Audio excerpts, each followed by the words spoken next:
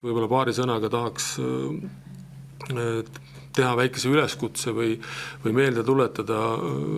seda, et kui oluline on kodumaine toidu tootmine, et nimelt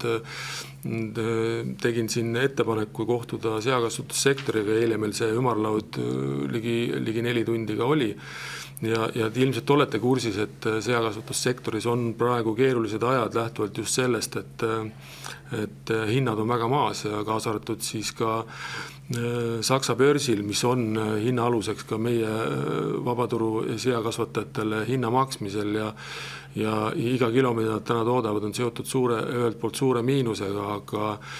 et kutsun üles häid Eesti tarbijaid alati võimalusel eelistama Eestimaal toodetud ja Eestimaal kasvatatud siis tooret selleks, et meie põllumajandus ja maaelu kindlasti kestaks ja see selles konkurentsis kindlasti on vajalik, et me valitsusega selle sama valitsusega oleme juba 2 korda ju tegelikult ka teatud abipakett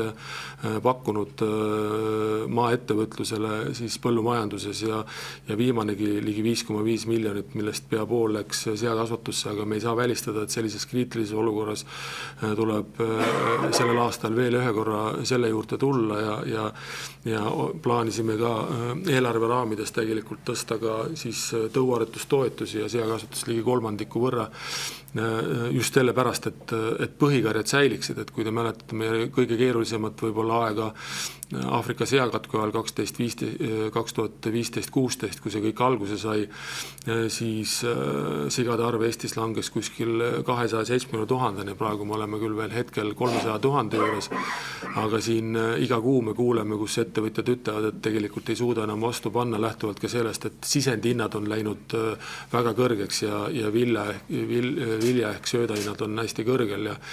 seakasvatuse spetsiifika tegelikult on selline, kus sööda osakaal kuludest on ligi 60%, nii et kindlasti julgen soovitada osta eestimaist ja Eestimaal toodetud ja ka kauplustest nõuda eestimaist, nii et see oleks minu poolt hetkel kõik, aitäh teile.